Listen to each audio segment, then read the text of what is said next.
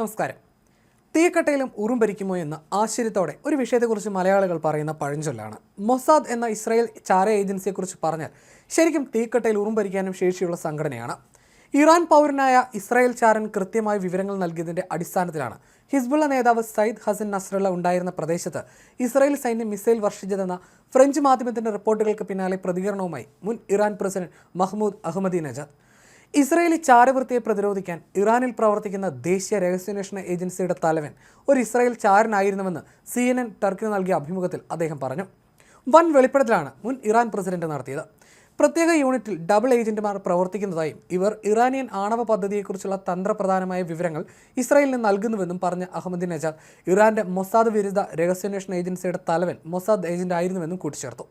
ഇതൊരൊറ്റപ്പെട്ട സംഭവമല്ലെന്നും അദ്ദേഹം വ്യക്തമാക്കി. 2024 ജൂണിൽ നടന്ന ഇറാൻ പ്രസിഡന്റ് തെരഞ്ഞെടുപ്പിനുള്ള സ്ഥാനാർത്ഥിത്വം അഹമ്മദിനജാദ് നിരസിച്ചിരുന്നു.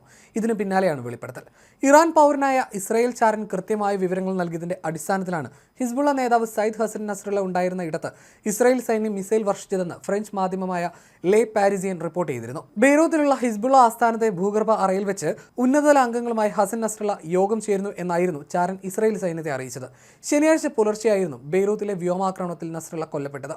ലോകത്തെ ഭീതിപ്പെടുത്താൻ നസ്രള്ള ഇനിയില്ലെന്ന ആമുഖത്തോടെ ഇസ്രായേൽ സൈന്യമാണ് മരണവാർത്ത അറിയിച്ചത്. പിന്നീട് ഹിസ്ബുള്ളയും ഈ വാർത്ത സ്ഥിരീകരിച്ചു. അതേസമയം ഇറാനിയൻ ജനതയ്ക്ക് സന്ദേശം നൽകി ഇസ്രായേൽ പ്രധാനമന്ത്രി ബെഞ്ചമിൻ നെതന്യാഹു രംഗത്ത് വന്നിരുന്നു. ഇസ്രായേൽ നിങ്ങൾക്കൊപ്പമുണ്ടെന്നും ഇറാൻ ഉടൻ സ്വതന്ത്രമാകുമെന്നുമായിരുന്നു നെതന്യാഹു ഇറാനിലെ ജനങ്ങൾക്ക് നേരിട്ട് നൽകിയ സന്ദേശത്തിൽ പറഞ്ഞിരുന്നത്. ഇറാൻ പിന്തുണയ്ക്കുന്നുവെന്ന ആരോപണമുള്ള ഹമാസിനും ഹിസ്ബുള്ളയ്ക്കുമെതിരെ ഇസ്രായേൽ യുദ്ധത്തിലേർപ്പെട്ടിരിക്കുന്ന ഘട്ടത്തിലാണ് നെതന്യാഹുവിൻ്റെ അസാധാരണ സന്ദേശം. എല്ലാ ദിവസവും നിങ്ങളെ സ്വാധീനിക്കുന്നതിനായി ലെബനനെ പ്രതിരോധിക്കുമെന്നും ഗാസയെ പ്രതിരോധിക്കുമെന്നും പറഞ്ഞുള്ള തീപ്പൊരി പ്രസംഗങ്ങൾ നടത്തുന്ന ഒരു ഭരണകൂടത്തെ നിങ്ങൾ കാണുന്നു. എന്നിട്ട് എല്ലാ ദിവസവും ആ ഭരണകൂടം നമ്മുടെ പ്രദേശത്തെ കൂടുതൽ ഇരുട്ടിലേക്കും ആഴത്തിലുള്ള യുദ്ധത്തിലേക്കും ആഴ്ത്തുന്നുവെന്ന് നെതന്യാഹു പറഞ്ഞു.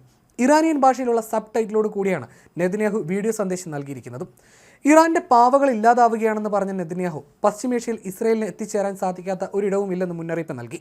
ഞങ്ങളുടെ ജനങ്ങളെ സംരക്ഷിക്കാൻ ഞങ്ങൾ എവിടെ വരെയും പോകുമെന്നും അദ്ദേഹം കൂട്ടിച്ചേർത്തു. ഓരോ നിമിഷവും കുലീനരായ പേർഷ്യൻ ജനതയെ നിങ്ങളുടെ ഭരണകൂടം അഗാധത്തിലേക്കാണ് എത്തിക്കുന്നത്. ഇറാൻകാരിൽ ബഹുഭൂരിപക്ഷത്തിനും അവരുടെ ഭരണകൂടം തങ്ങളെക്കുറിച്ചൊന്നും ശ്രദ്ധിക്കുന്നില്ലെന്നറിയാം. അവർക്ക് നിങ്ങളെക്കുറിച്ച് ശ്രദ്ധയുണ്ടായിരുന്നുവെങ്കിൽ പശ്ചിമേഷ്യയിലുടനീളമുള്ള വ്യർത്ഥമായ യുദ്ധങ്ങൾക്കായി കോടിക്കണക്കിന് ഡോളർ പാഴാക്കുന്നത് അവർ അവസാനിപ്പിക്കുമായിരുന്നു. ഇത് നിങ്ങളുടെ ജീവിതം മെച്ചപ്പെടുത്തുകയും ചെയ്യുമായിരുന്നു.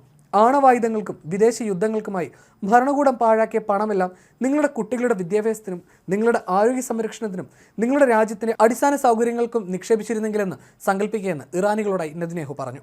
ഇറാൻ ഒടുവിൽ സ്വതന്ത്രമാകുമെന്നും ആ നിമിഷം ആളുകൾ കരുതുന്നതിലും വളരെ വേഗത്തിലായിരിക്കുമെന്നും നെതന്യാഹു പറഞ്ഞു. അതോടെ എല്ലാം വ്യത്യസ്തമായിരിക്കും. നമ്മുടെ രണ്ട് പുരാതന ജനത, ജൂത ജനതയും പേർഷ്യൻ ജനതയും ഒടുവിൽ സമാധാനത്തിലാകും. ഇസ്രായേലും ഇറാനും സമാധാനത്തിലായിരിക്കുമെന്നും നെതന്യാഹു കൂട്ടിച്ചേർത്തു. അതേസമയം വടക്കൻ ലെബനനിൽ ഹിസ്ബുള്ളയും ഇസ്രായേലി സൈന്യവും തമ്മിൽ കടുത്ത പോരാട്ടം തുടരുകയാണ്. ഇസ്രായേൽ സൈനിക വക്താവാണ് ഇത് അറിയിച്ചത്. ഇസ്രായേൽ പ്രതിരോധ സേനയുടെ വ്യോമാക്രമണത്തിന് തിരിച്ചടിയായി അതിർത്തിയിലെ നിരവധി ജനവാസ കേന്ദ്രങ്ങൾ ലക്ഷ്യമാക്കി ഹിസ്ബുള്ള റോക്കറ്റുകൾ തൊടുത്തുവിട്ടു. അതിർത്തി ഗ്രാമങ്ങളായ ഷ്തുല, മെറ്റുല, അവീവും എന്നിവ കൂടാതെ ഇസ്രായേലിലെ വടക്കൻ തുറമുഖ നഗരമായ ഹൈഫയും ടെൽ അവീവും ലക്ഷ്യമാക്കിയായിരുന്നു റോക്കറ്റുകൾ പായിച്ചത്. കരയുദ്ധം തുടങ്ങുന്നതിൻ്റെ ഭാഗമായി ഗസയിൽ ഹമാസിനെ എതിരിടാൻ നിയോഗിച്ചിരുന്ന 98-ാം ഡിവിഷനെയാണ് തെക്കൻ ലെബനനിലെ ഗ്രാമങ്ങളിലെ ആക്രമണത്തിനായി തിരിച്ചുവിട്ടത്.